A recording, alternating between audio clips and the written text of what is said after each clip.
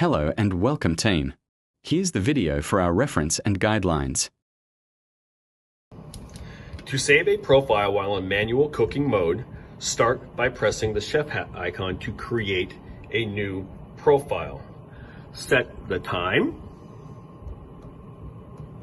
set the airflow, set the microwave power.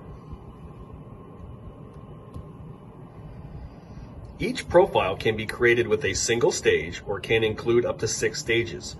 You are also able to include instructions for each stage. After a profile is created, you will be able to review your settings. Press the book and disk icon to start the saving process.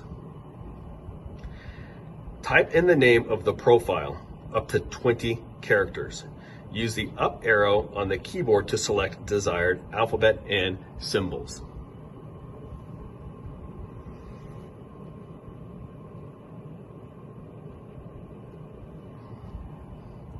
Add a photo by pressing the camera and pencil in the left corner.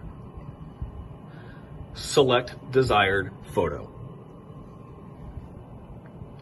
Once a profile has been identified, press the green check.